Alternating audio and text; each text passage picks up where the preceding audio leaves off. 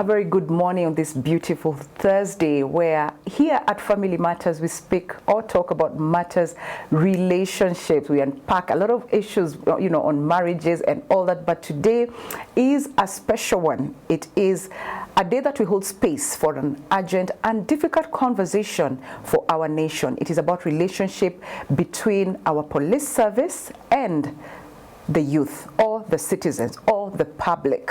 What kind of relationship do we have with the NPS, with our police?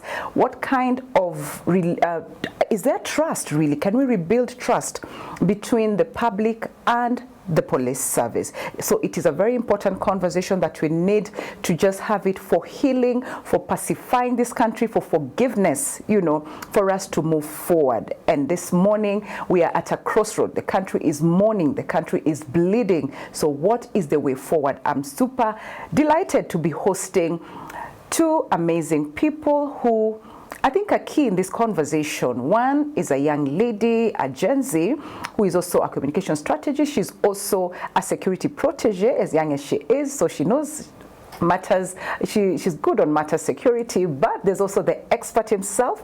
We'll be hosting a director from National Police Service when it comes to matters, counseling and also matters mental health. Please help me join our panel of two, a lady and a gentleman, and join into the conversation on 20316 SMS line or 0786 316 316. That is our WhatsApp line, and be part of this conversation that definitely, you must be interested in. If not, then what else would you be interested in? Karibuni sana. Michelle and Dr. Makoha, feel most welcome. And I'll start with you, Michelle, just to introduce yourself.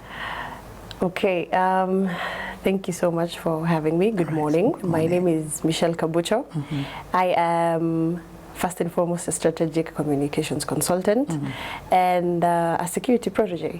I have a background in security education and I'm excited to be here. You're most welcome. Thank you. Dr. Makoha. Yeah, thank you. My name is Dr. Makoha. I am the Director of Chaplaincy, Counseling and Psychosocial Support in National Police Service. And I'm a parent of Gen Z. Both of my children are Gen Zs. Lovely. Yeah, so I'm glad to be here. Karibu sana. Thank Karibu you. sana. I'm so excited to be having this conversation with the two of you.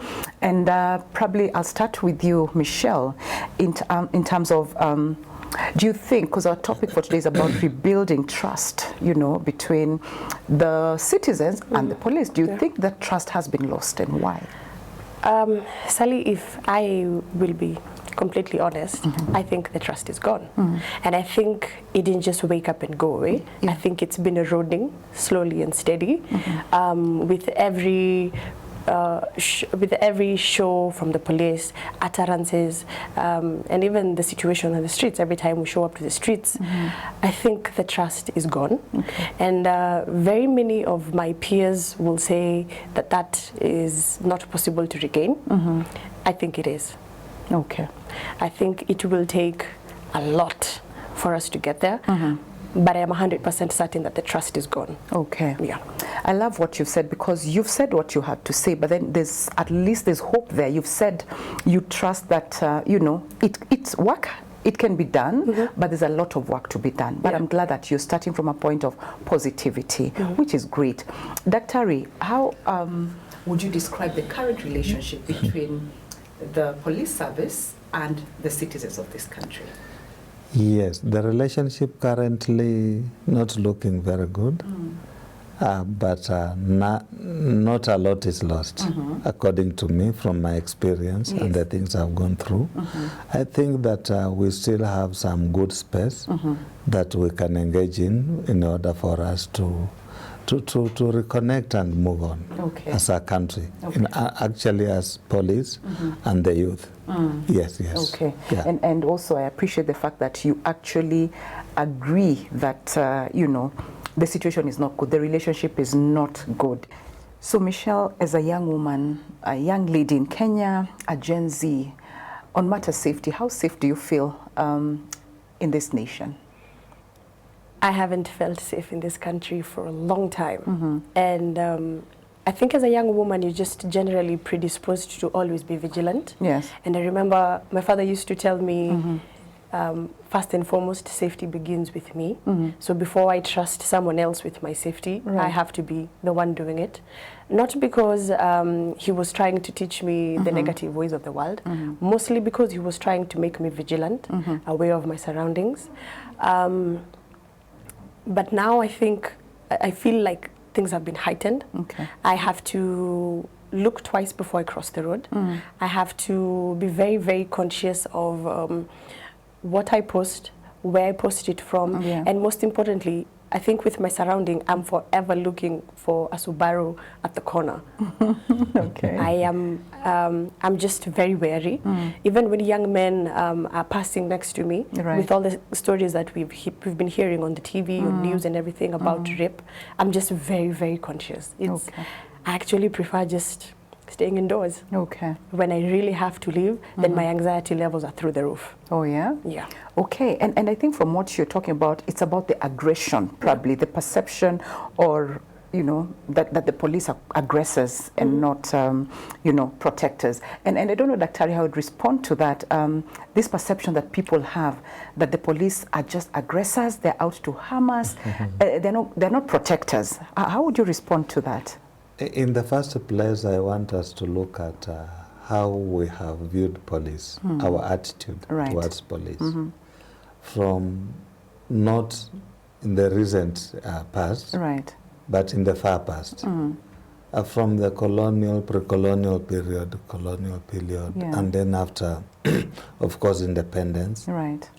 We have had an attitude where we think police are bad. But let's imagine they were not there. What would have happened to us? Just imagine, bad as they are, they were not there. Yeah. So basically what we can look at is, say, it is what I was told about police. That is basically what builds into our cultures and different generations up to where we are, where at some level some people have been told police are bad. Yeah. You can imagine, Michelle is my daughter's age mate, around that. Right. And I have a daughter whose father is a policeman. She goes to school, she goes to college, and they do many things. And she's coming from a home where the father is a policeman, she's coming from a home where the father is not a policeman. And both of them will want to say, we are not safe. But Michelle, my daughter, who is also called Mish, will say, but I have a father who has not done this and that to me. Right. You get? But picking a few areas in the public, occasionally you see some very worrying images of a police struggling with some member of the public. Yeah. So basically, it is not that the police are bad. It is what we have been taught about police. We did some research in Busia. Busia is part of the western county where I come from. And this is a village where we wanted to know, how do you see police? Yeah. And they told us police are very bad. Actually, they gave us the very worst of the image of the police. Right. But we raised a few questions. Have you ever been arrested by a policeman? No. Have you ever been beaten by a policeman? No. Have you ever met a policeman and had some differences? No. What informs you that a policeman is bad? And they still repeated it's bad. Because we know. Because we know, Dr. How they know is because of what they see. That is it. Now I'm coming to that. Sometimes it's not what they see. It is what they hear. An attitude that has been built in people. When you get some small kid somewhere where I have also experienced this. Right. They make a mistake and they are told by the parent, I'll take you to the police. Already they are building a negative image about police. Right. Now when Mish here meets me, We are chatting, we are laughing, we have a cup of coffee, and she thinks this is not maybe the policeman I was imagining about. You get? So it is yes and no. Under normal circumstances, we are good. Okay. Sally, if I may. Sure. See, I somehow agree with what you're saying, Daktari, but I still don't. We because have no problem. A big part of my education training required me to be attached in several police stations, right? And one of the very many friends I made when I was starting out my career was police officers. I was around police officers a lot, and I still have the contact of many of them. We are still friends. They built my desire to want to be in security. And my parents didn't get it. As a woman, as a girl, I can study anything else. I would have done, I don't know, HR. Right. Sure. I could even have gone for something as daunting as engineering, but I wanted security. See, that in itself said something. Because mine is not just I had negative things about the police, it's because I was surrounded by police officers, and most importantly, my family has police officers, right? In the extended, at the extended level, police officers. See, that in itself influenced something. And when Sally says perception, it's not just about what I'm hearing. It's about what I saw. And I spent the day being with the police officers, learning the way they do their things, and that in itself shaped an attitude. I started from a positive one. Maybe the research that you did, many people just think police are bad because of what they've had. I started from a positive level, so much so that after school I wanted to join. I wanted to wear the colors of the flag. It was that serious for me. But as you're saying, it's not just about what we're hearing. It's not about what I am interacting with other people whose parents are not police officers or whose parents are police officers. It's about the fact that I know for a fact there are good ones. But when we really want you to show us that you're good, you do not. And there's like an entire unit in school about police reforms. And they work very hard to teach us the police reforms and the progresses that the police has made and moving towards positive attitude. Right. But then the question becomes, when we really want you to show it, where are you? Where are you? You're saying, Afande, you did the research in Busia. Yes. Come to Nairobi. We were doing it countrywide, but I picked one of because the areas. Because that's where you come from as well. And because as a researcher, of course, you have to sample out a specific area. And because I live in Nairobi, I work in Nairobi. What happens here in Nairobi, I have the longest time I've worked in Nairobi, actually. Some percentage of it I have worked in some remote areas, and operational areas. And I can say that Nairobi is different. Nairobi is different because of the culture, interactions, and the criminal trends and the practices, many things. And that affects including my own children. And so when things are just normal, under normal circumstances, for example, I ask you to walk across from Moy Avenue up to Central Police Station, walk back to Kenyatta Avenue down here, University, where, just walk around town. I am sure you'll meet police officers and on patrol. And I'm sure they will not have a problem with you if you have nothing to do with them. Right. Unless you're asking for direction where you want to go, they will show you. But where you will not be happy with the police officers is when you are meeting at a point where there is a requirement for you to explain something about the law. Because they are law enforcement people. I understand what Michelle is talking about. When we started the Gen Z demonstrations, they started very well. And largely, we had quite a good number of police officers trying to provide security, crowd control. The escort thing we hear And we interacted very well with them. At some point, you can see we shared some lunch, if you look at some clips. But some very worrying images came in. Yeah. When there was somebody who purported to be a Gen Z, who pretended to be a Gen Z, and just destroyed the whole image of what the Gen Zs were doing, because they were so good when they started. No problem. Very nothing, innocent. Very and, innocent, just calling on what they want. And that is what even my own children do in the house. So I understand them from where I come from home, to where they are working. Okay. And even as police officers, we have Gen Zs as police officers. Right. So we understand, but at some point some bad image is created, not because of the young people, but somebody leading the young people to look like this is not who we are. Yeah.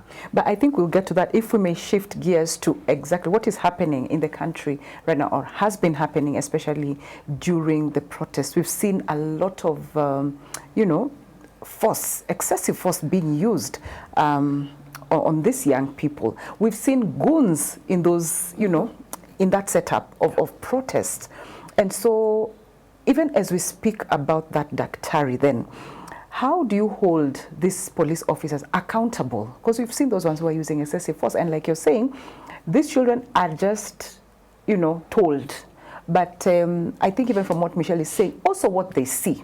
You're at home, you're watching TV, probably you don't go you don't go for those mandamano. As your kids, probably they don't go, or mine don't go, but they are watching. What do you think they see? And they see police as bad people. But the question is, accountability. How do you hold these people accountable? Someone we've seen live on TV just taking someone's life right in front of the cameras. How do you hold them accountable? Yeah, we do that. We have internal mechanisms, like the Internal Affairs Unit.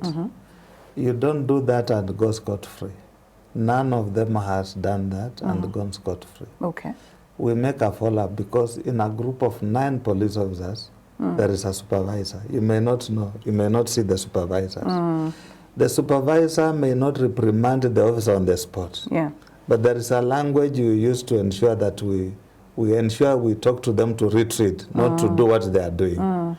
Because largely, we have a good relationship. There is some kind of pressure, but that pressure we are really restrained from using a lot of force. Yes. But occasionally when an officer comes out and uses force, we take very serious disciplinary measures against the officers. And those who have been found, actually most of them are not at work.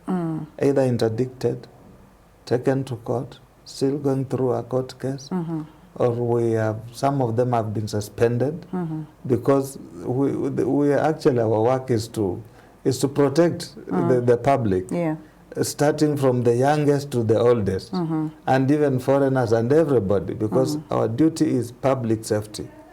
So basically, if such a thing happens, internal mechanisms are used.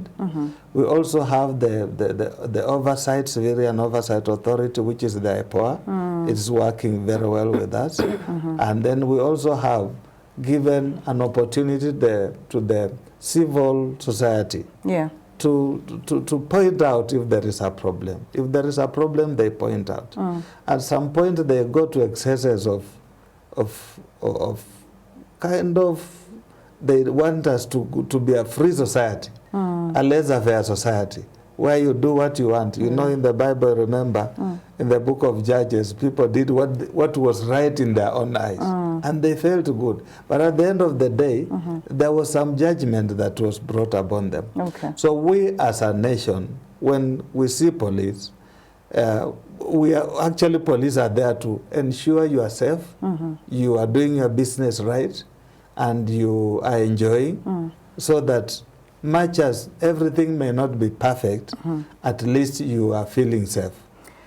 I like what you're saying. Everything may not be perfect, but, the accountability, they'll be taken to court and all that, but lives have been lost. Those kids will never come back, but we're going to come back to that, especially when it comes to matters mental health and all that. You've spoken about IPOA. Yes. I don't know what Michelle feels about that, because I've seen in the newspapers how Kenyans, what their sentiments are when it comes to IPOA. I don't know what you have to say about that, even you know, that particular institute being an oversight, do you think they're doing a proper, fair job? I was listening to him speak, and I just kept thinking, it is okay. Afande says we should not be a laissez-faire society, which is okay.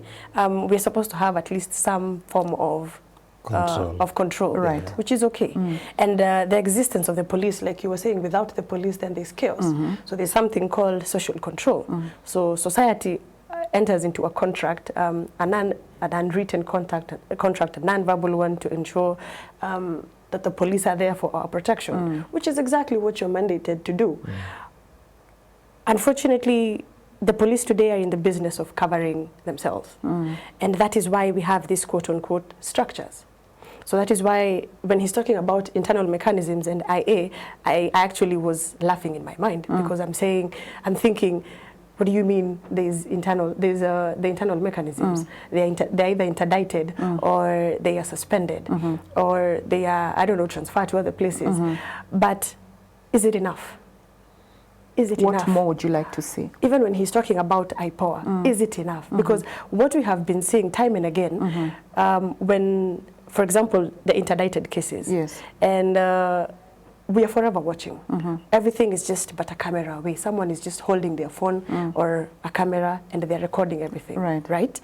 So when we see some of these things, one of the things especially that excited me most was we have seen these structures are not enough.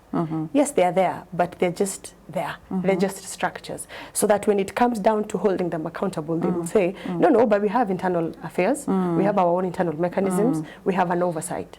First and foremost, IPOA forever uses the line, we do not have our own police officers. Yeah, that is a line they're forever throwing at us, such that we cannot literally police our own police, which is a problem. That is exactly why you're here.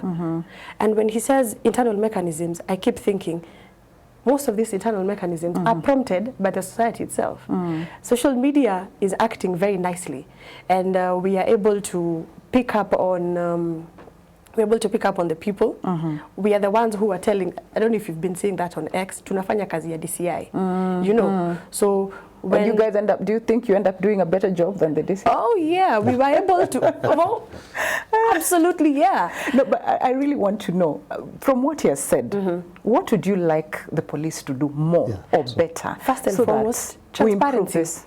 Transparency. You want to know what they do internally, the mechanism they use, and the results, or I actually think it's more of results. Yes. Because when you keep telling us this is what we do, this is what we do, like I'm forgetting the name, but the police officer who was caught live having shot Boniface, and his picture was quickly spread over social media, and AI was used to enhance his picture, and we were able to tell by the colors of the flag that he's wearing, the boots and everything. We even went so far as to find him on social media, and we acted as investigators. We gave DCI the information, you know. So by the time he was interdicted, like he's saying, they have their own measures, and they did interdict him. But is it enough? Will it bring back Boniface? Will it? What do you want to see done? What more then? First and foremost, he needs to be imprisoned. That's first-degree murder, Afande. That's the process. That's first-degree murder. Actually, as we talk, the imprisonment is not done by the police. It is done by the courts. That's why we have a process. I am aware. At the moment, he's in a police cell. He has not even been released on bail. Not even on bail. Yeah. Which is a right for any Kenyan. But for him, we have not released him on bail. He's still in a police cell, waiting for a case. And you know, cases are not done on daily basis. And so, and it's not just him. Several others who have misbehaved that way. That is where I'm headed. We may not be able to give all the figures, but actually, if we were asked to give the figures, we have all the figures of the police officers who have mistreated the public and whom we have interdicted. There are those internal mechanism, administrative measures. There are those disciplinary measures where we have to take them to court because this is not enough for us. And we have opportunities where we have allowed, even the courts themselves gave IPOA the opportunity to say, in a case that concerns this and that, let the IPOA deal with it. And usually we respect what the court does. When the court directs this, we do it. And we have what we call quality and assurance system internally. It is also called complaints, because it may be not go to IIU, Internal Affairs Unit. It may not go to IPOA. But if you write to the the Quality Assurance Department, they will be able to look at it, call the police officer, call you, then see what measures to take. If it's a serious issue, they take the officer to court. They allow you to take, they will direct you.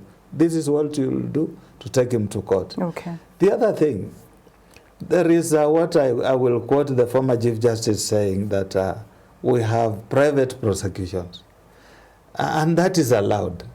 We still allow the public, if things are that bad, if you feel there is a point where we have not done very well, private prosecution is allowed. It's not against the law. Okay. And that's to say that even some police officers have been privately prosecuted. It may not be all over TVs, but when you go around across this country in different courts, private prosecution is going on against a few officers who have not done very well. And for us, when we look at it, it's a kind of a feedback for us. Take them for, we have to do internal trainings, because a training is a reminder of, he have not been doing very well. Okay. It's like a monitoring and evaluation internally to say, hey, look here, I may be obsolete tomorrow, so I need to do something today to correct what is coming tomorrow. Okay. But the biggest problem we have is, we say crime is dynamic. Tomorrow it has this shape, today it has this shape, tomorrow it looks something different.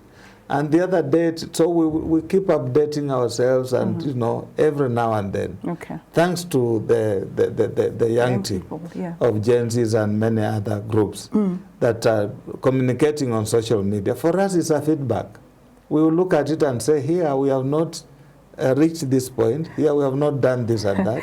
So we go back and say, let's do this in order for us to meet the needs of the society. But actually with this feedback, and probably, Michelle, I may ask you, you give feedback.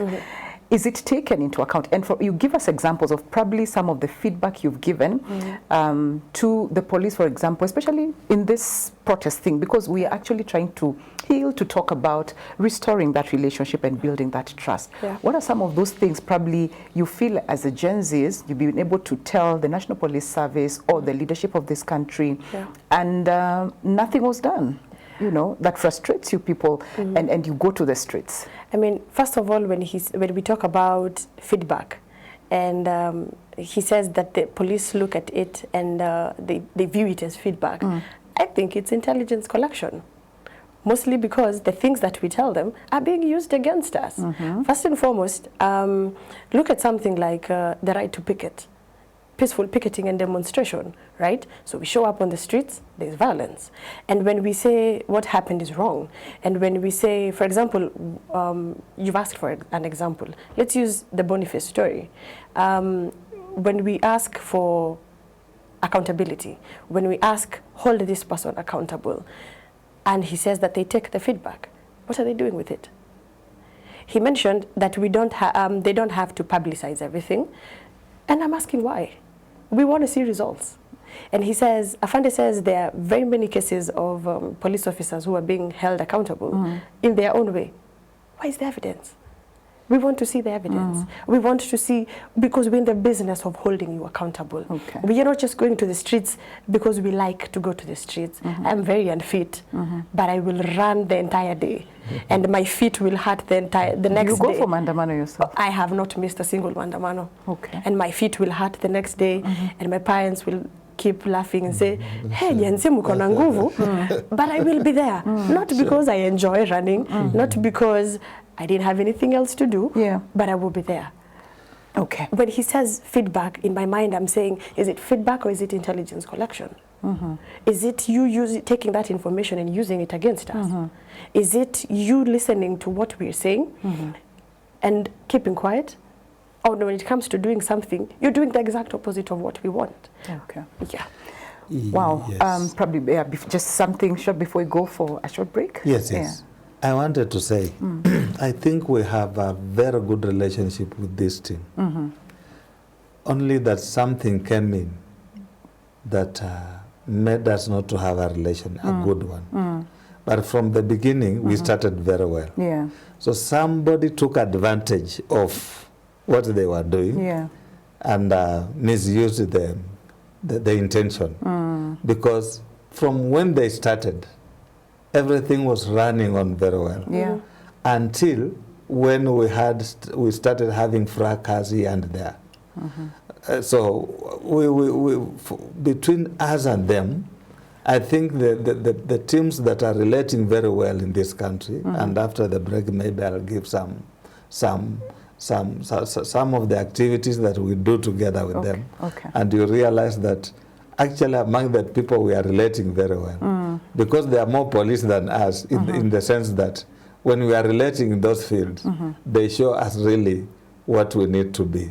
But that's, again, not what we see. I know, we all watch and we have to be very sincere with what we're saying in this country because, again, with sincerity, we heal. With sincerity, we find a way forward.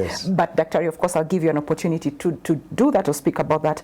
And Michelle, as well, as we come back, part 2 of this program, we'll be talking about, also just the deaths, all the chaos, what we see, how we see the police handling the young people. But I'll let the experts here talk about it. Someone like Michelle who's gone through the experience will be taking us through that, and we'll be right back after this short break.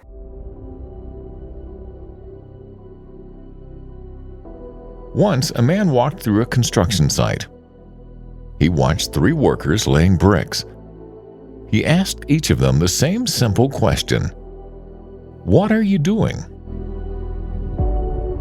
The first said, "I'm laying bricks. It's tough work, but it pays the bills."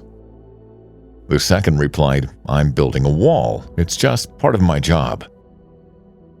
But the third, he smiled and said, "I'm building a cathedral." At Family Media, we understand this story. We're not just laying bricks either. We are building a place of hope, a place where faith is restored, where children learn God's love, where stories of transformation go out 24/7. We are building a cathedral through media.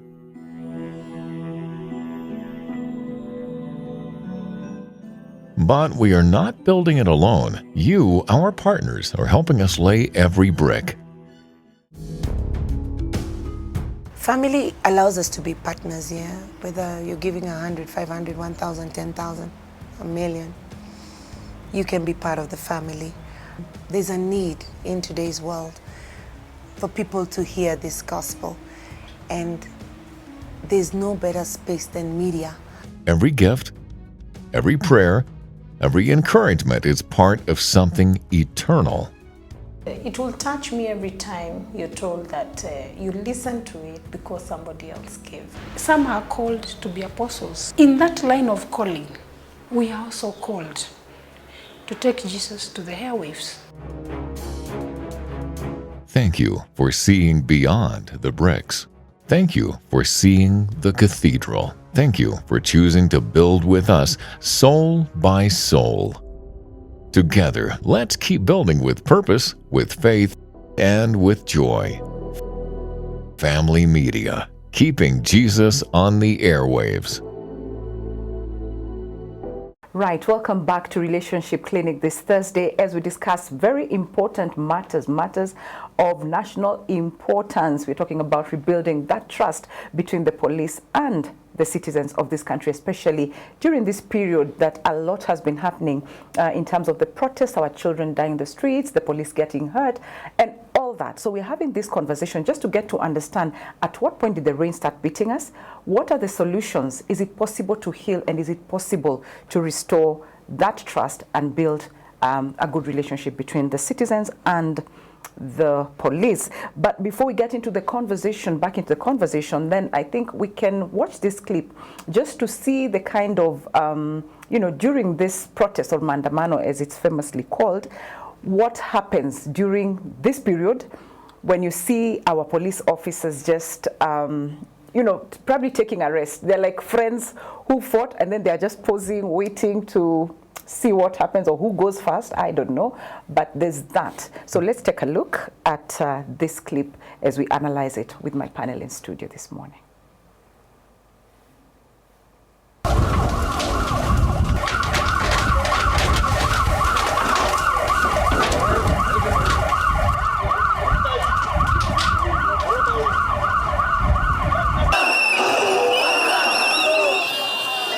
Right.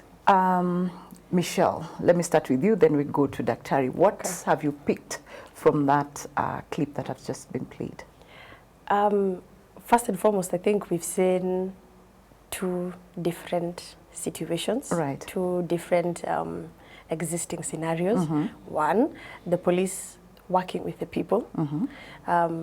You know, because society is ours at the end of the day, so Right. they were working together to put out a fire. So then that goes to show that it is possible. Like I was saying, it is Correct. very possible to rebuild that trust. But then the other situation completely throws off my point. The other scenario, the tear gas, the unprovoked quote unquote violence, and I think that in itself goes to show that we need to decide. And most importantly, the police need to decide. Are they part of the society? Do they work for us or do they work for the government? Are they impartial? Because then that complicates matters. Are you our friends? Are you not? The utumishi kwa wote. Utumishi kwa wote is problematic because the orders do not come from wote. You know, we do not give the orders. They are here for us, for our protection, which by then should mean that they necessarily work for us. Right. But utumishi kwa wote get their orders elsewhere. Hence, unprovoked tear gas. Where peaceful chants are met with violence. So then that just confuses me. What's your take on we've seen the policemen just sitting outside there, having their lunch, really, and the Gen Zs on the other side. Yeah. You know, the police have also, they're not reacting to anything because even the other side is not provoking. Yeah. So what do you make of that? I actually think it's exactly what it is, mirroring society in itself. Because on the 25th of June, not the Sabasaba protest, the other one, yes, right? I was at All Saints Cathedral, and I remember there was a barricade at around Serena, and there's a point where the police were on break, and we actually took pictures of them on break, taking water, having their lunch. And we also used that time to have our lunch as well. So we walked into All Saints Cathedral, we used the washroom facilities, we walked into their restaurant, we ate. This looks like a game to me. Yeah, those of us who had backpacks, we got our yogurt and then the sodas and our energizers, for the next round. Because like Afanda was saying, we also need the energy. And as they are regrouping and taking in more energy. So I mean, because this is going to go on for a while. It's like a football team, Daktari, that is taking, that the halftime. So you're also resting. It's quite interesting. Like, it's a relationship actually. Very important. And I want to know also, Daktari, your take on that clip, on what we just watched, or what is on the screen right now, in terms of the provocation, the tear gassing and all that. And what are the effects of tear gas really for our young people?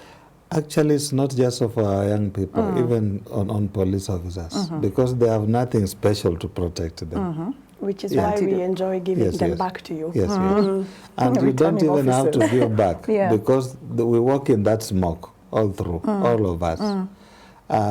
So basically, it has an effect, a side effect to both of us.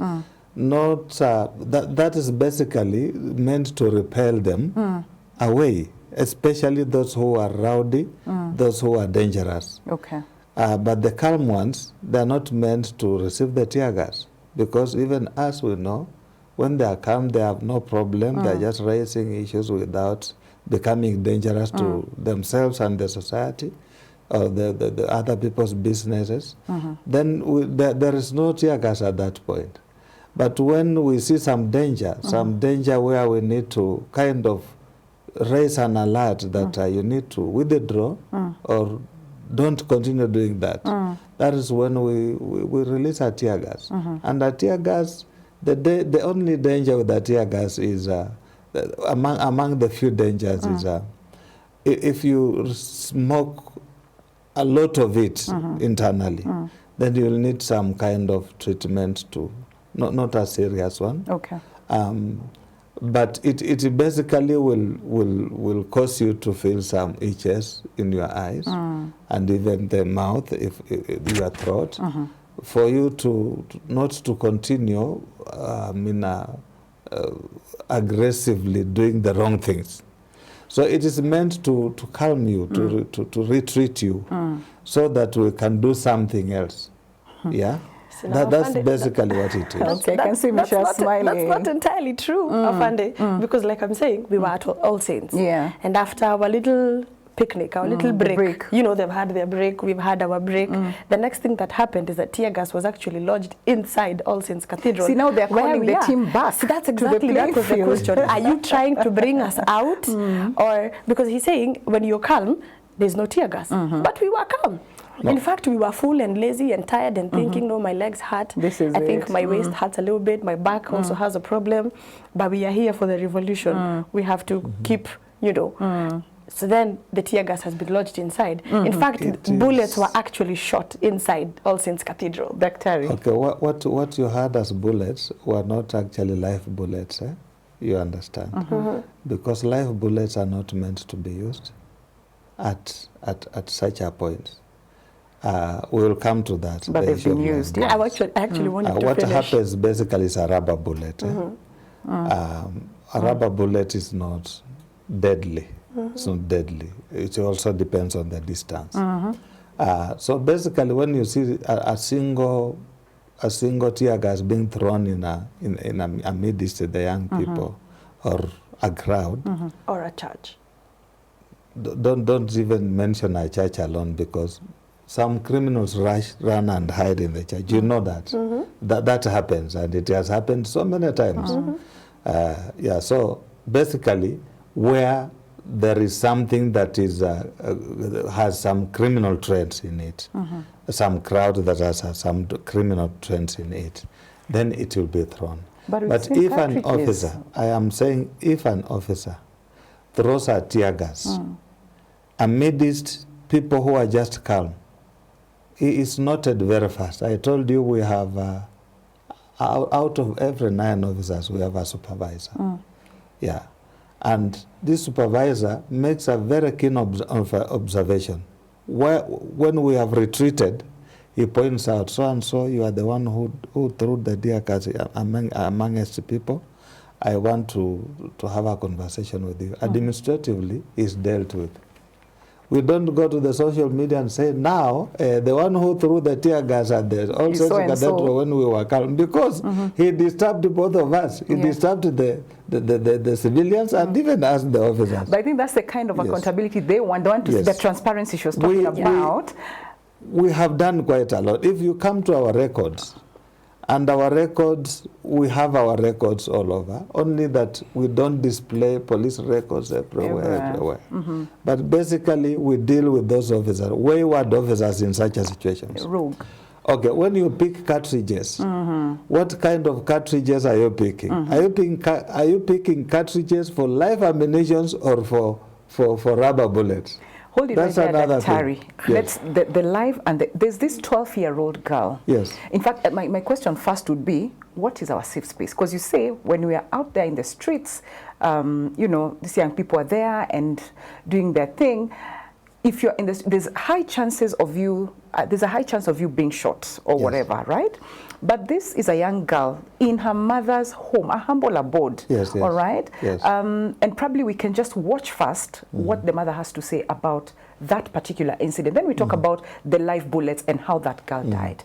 My director, please. Tulikuwa kwa nyumba na mtoto wangu muda wa 6:20 hapo, na ndio tukasikia kitu imelia na sauti kubwa sana, na kumwangalia kwa mkono nikaona akona damu. Wakati nilimshika mkono kuangalia damu imetoka wapi, ndio mtoto wangu akaanguka chini, na kumwangalia nikaona akona shimo kwa kichwa. Tukasaidiwa na majamaa na marafiki, wakaweza kututafutia gari ya jirani, tukampeleka mpaka St. Bridget Hospital. Hapo akafariki hapo. There you have it, Dr. Michelle. Yes. This is a safe space for this young girl, Bridget. And there's a bullet that comes, actually want to know the trajectory from up, down, because they're pointing somewhere up there. What is that all about? And the live bullets and the rubber bullets, Yes, what yes, happened? yes. Occasionally, when we don't have rubber bullets, occasionally, there are 3 situations that take place. When you don't have a rubber bullet and you have a live ammunition, you don't use it directly to people, on people. You have to shoot in the air. Oh, okay. That is part of the system that we were using previously. Okay. But when we are short of rubber bullets, you don't aim at people. Now, there is what we call a misfire, some stray bullet. Yeah. A stray bullet catches anybody. It can catch anybody. Even it catches even some of us, some of our officers. Like you remember that the tear gas that cut off the hands of our officer, Yeah. both of their hands. That was not an intention. He did not intentionally do that to himself. It is what we classify among the stray things that happen, which are dangerous.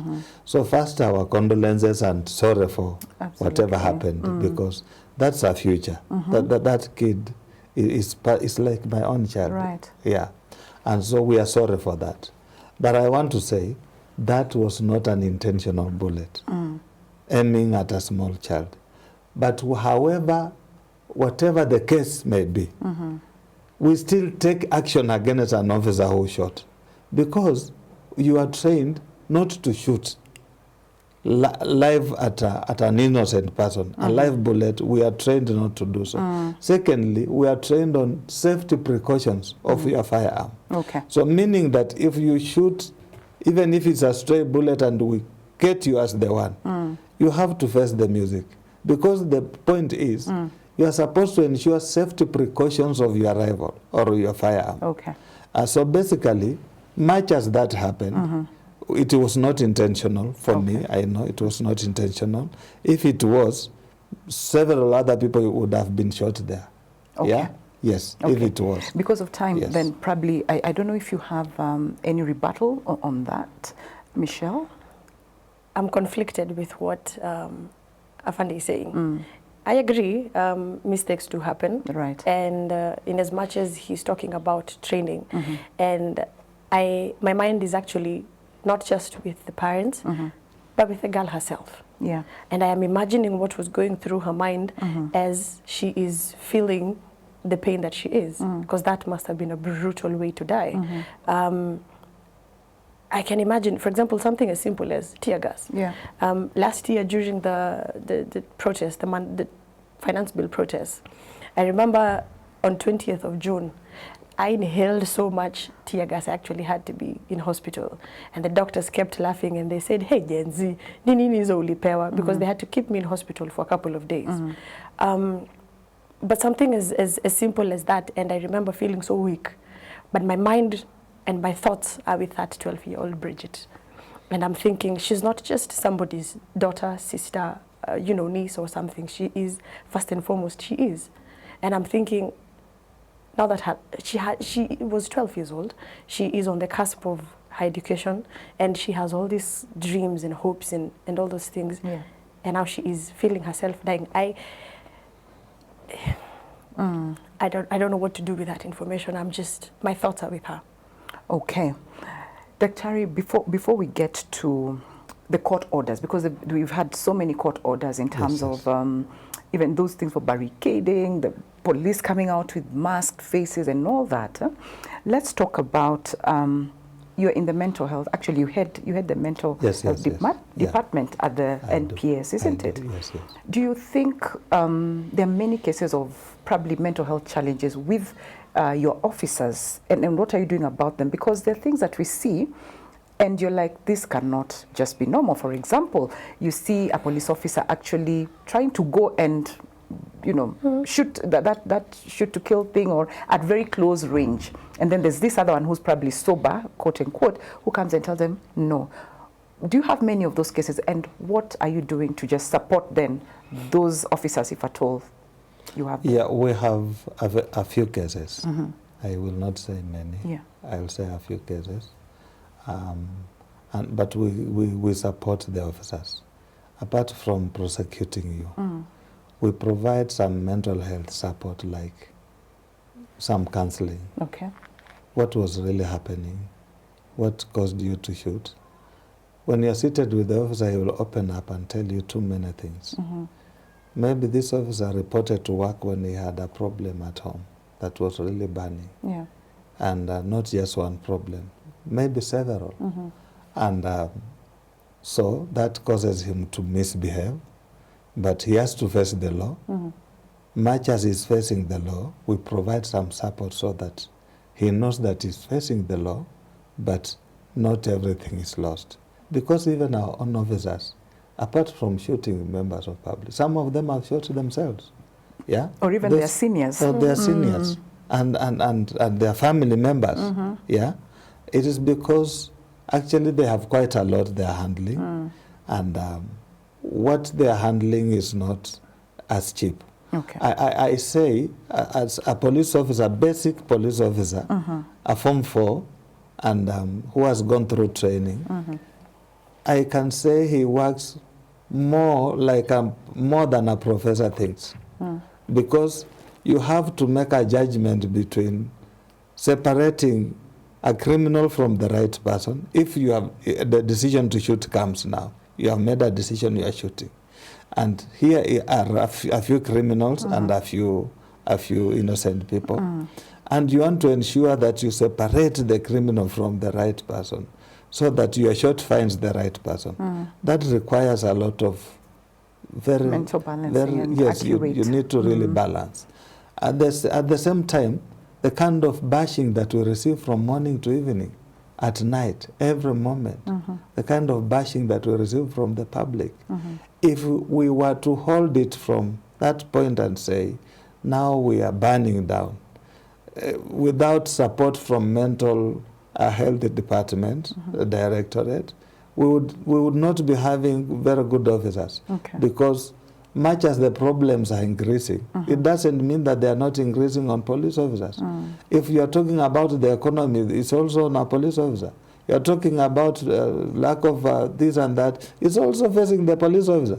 But he has to serve you. He's here to serve you to do many things. So we have a lot of support. We have mental health hospitals where we take them. We have quite a number of counselors and chaplains who are providing some support. And then we have a situation where we do a lot of debrief and briefing. Before they go for some duties, they need to have some counselor, a psychologist to speak to them. Prepare your mind. This is what you're going to face. We expect this kind of situation to be, because you read the moods of how things are going. And then after that, like now, after the two demonstrations, 25th and the other one of Sabasaba, we are going to do a debrief as councillors across the country to all our officers, because what they went through is like they're imagining they're different from the people who live in the country. Which is okay, but I'm also just wondering who then gives our young people that kind of mental support and all that. But before then, Michelle, do you think a lot of lives have been lost, Dr. Michelle? A lot of lives. Actually, on Tuesday, I had a boy from Busia, whose brother was just shot somewhere in Eldoret, and he was here and all that, saying justice has not been served. He doesn't think it will be served. Do you think justice will be served to the lost lives in the country? I want to be as candid as possible and say we are calling a spade a spade. Justice will not be served. Because to have justice, we have to go back to accountability. Who did it? And like Afande is saying, we have to look at the reasons, the motivations behind it, whether they had problems at home and all that.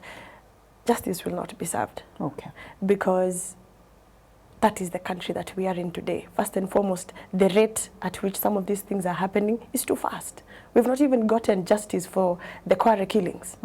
We've not gotten justice for the bodies that were fished out of Kware and the bodies that are continuously being fished out of rivers and stuff. So by the time we are getting to this quote-unquote justice, it will be 30 years later. 30 years later. And Kenya has a history of delaying justice. You'll be probably 50-something. Then, Dr. because of time, Yes. you know, do you think justice will be served based on, you know, incidents that we've had? Baby Pendo story way back, you know, some years back. There's Rex Masai. The stories have just gone quiet. Actually, Ipoa said they cannot find the person who shot Rex Masai. Rex, yeah. Do you think justice will be served? I say yes. She said that Kenya has a history of delays. It's not Kenya. The whole world. I have been in the US, trained by FBI, in Russia, and other very sophisticated countries. Right. There are even murder cases that take 30 years, but they come and find an old man who killed. At one point, you see the police knocking at your door, and they give you a story of how you planned and killed somebody, but you thought you had escaped. Okay. So I will say justice will be served because the Baby Pendo case, it happened in 2017. Currently, the police officers who got involved, and even those who were not part of it, but they were around the scene, all of them have been suspended. They are now in court. They are facing it. Yeah. So nothing will escape the eyes of justice. The only thing that we can say is that life is lost, that is lost cannot be recovered. Yeah. That's the only thing that we can say. Okay. So the best thing for us to do is to make sure, to do our very level best, that to ensure that life is not lost. Okay. Until under very unavoidable circumstances. Yes. You know, Michelle, for you, briefly, how does respect look like for you from the police? Or what would just help you guys to work with the police together? Because the Gen Zs look like they're the ones pushing this agenda. You're in charge of everything that's going on right now. What does respect look like for you? What does working together, trust and building relationship look like for you with NPS?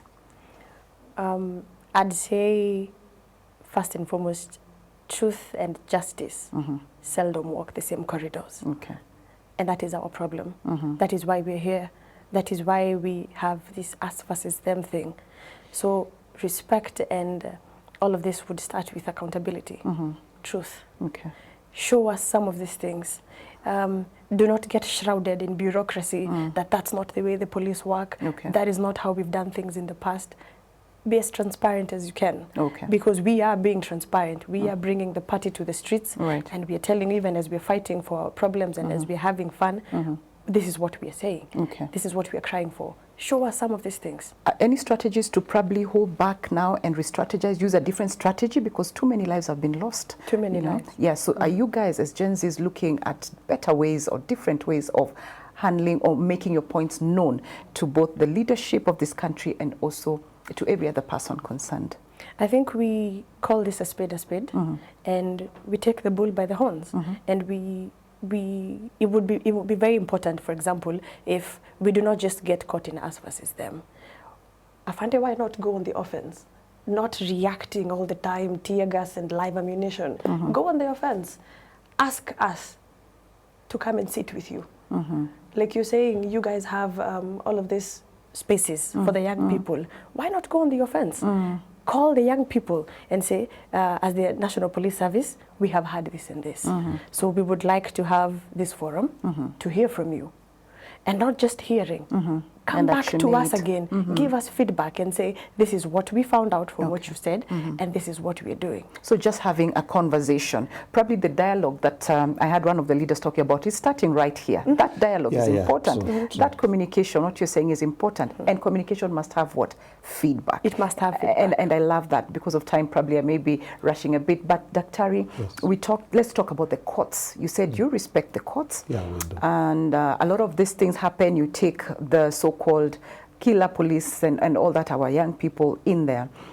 But as much as you're saying you respect the courts, there was also a statement by Waziri who said that, you know, we will not cooperate. It means the police as well. If you don't take evidence, if you don't take witnesses, then where do these cases go to? Let me tell you, first I will not discuss Waziri. You know, he's my boss. Yes. I will discuss what happens, what we see. Right. We respect the courts. we cooperate. And that's why if we don't, then justice will not happen anywhere in this country. Okay. Because it begins with us. The criminal justice system begins with the police. We arrest, we take you to court, the courts make a decision. So cooperation is always there. Okay. And you can see all the police officers who have actually been found to have misused a firearm or mistreated a member of public in a manner that requires some court attention, we have arraigned them to court, honestly speaking. And I can say almost 100% of all the officers, actually they have gone through courts or serious disciplinary measures. Okay. So for us, we have cooperated. Yeah. And we will always cooperate. You don't think there's delayed justice when, for example, someone has been taken to court and always, more often than not, you'll hear, Your Honor, we need 21 more days to complete. Why do you rush them to court? The delay, yes, the delay, first and foremost, rushing them to court is calling on the attention of the court. Okay. That we are here for this. Okay, because of the time. Exactly. We have the law, we also have to respect the law. Secondly, for asking for 21 days, we do not want to deny justice, because if we hurry, then that person might win against us very easily. So we have to do thorough investigations to get all the points clearly, so that when we take you back to court, we have everything that we will ensure will serve justice. Okay. Yes. So justice, much as people say it is delayed, we need to be thorough for us to really win a case. Okay. Is that the argument perhaps behind the delayed arraignments in court? Someone was arrested about a week ago. They're still in the cell waiting to be taken to court. Is that still the same justification? You have to gather all the information. It infringes on my rights when I am in a police cell for over a week. We request the courts. We only request the courts. If the courts say, release him, we will release. Okay. For us, we don't argue with the courts, because the courts are part of very authoritative legal department. So when they tell us release him, we release. But when we request them and they agree, we have not delayed anything. They see the sense as to why we want to keep him for a short while. Okay. All right. But we also need some legal support, and legal support is across. There is the pro bono, there is the one that is of course paid. Okay. And even courts understand. Yeah. So basically, there was this issue still in court, because there was a court order also of policemen coming out and having covered masks themselves, Daktari. That is not being honored. The court gave an order. If you really work with the court and respect the court, how come that has not been ordered? No action has been taken against such police officers. We saw it, the 10 Subarus or more. Okay. Why? Yeah, those who are uniformed, we have different kinds of uniform. You can see even those who cover their faces and they're in uniform, they don't cover their eyes. You get it?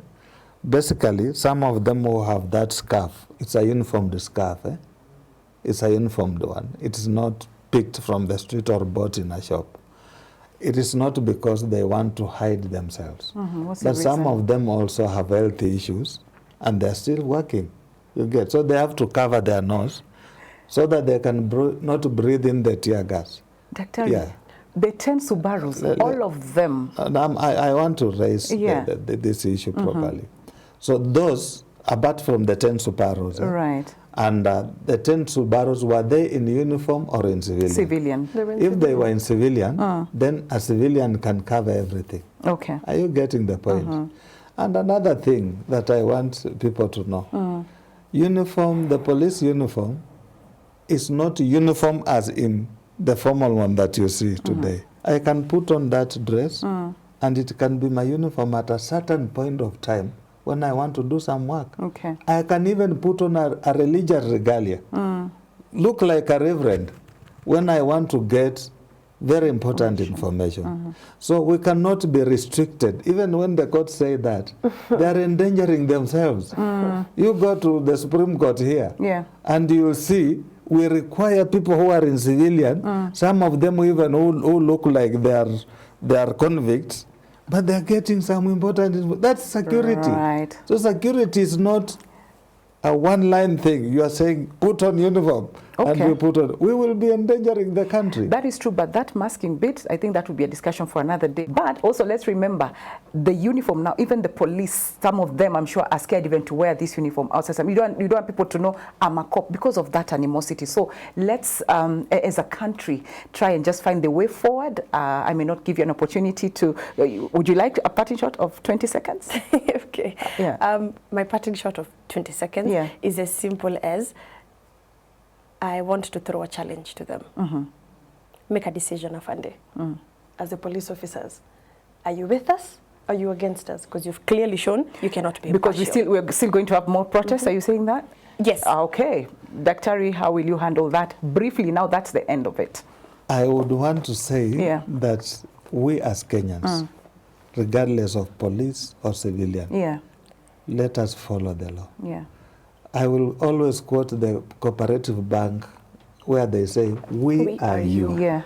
They are not Kenya without us, and we are not police without them. Correct. Let's work together. Okay. Let's find a common ground where we can understand one another, know what to do. Thank you. Thank you so much. We'll end it right there. Asanteni sana for your time, both of you. And also, thank you so much, my audience, my listener, and my viewer, wherever you are joining us from. And I hope we've brought at least some hope with you. Like my guest has said, Michelle has said, there is hope. We can do it. We can heal and we can move forward together. We can rebuild that trust, but it is how we're going to do it.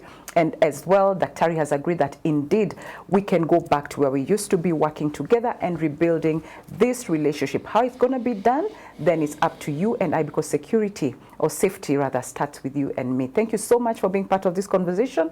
And also, thank you so much to our partners who've been the ones behind the wind beneath our wings, just to help us bring you this conversation, informative and impactful and educative. Thank you for being part of it. And if you want to be a partner at Family Media, you can do that by sending the word partner to 20316, our SMS line, or 0786 316 316. That is our WhatsApp line. Send the word partner and our team will be able to reach out to you. And if you want to support us in any way, you can do that by sending your support to paybill number 316 The account number shall be your telephone number, and also if you're with the cooperative bank, it is displayed on our screen, so you can take those details, account number, and you can send it. It is account number 0113 6000 799 100. And the account name is TBN Family Media. Thank you. God bless you. See you again next week on Family Matters, Tuesday through to Thursday, with more amazing conversations like this one. God bless.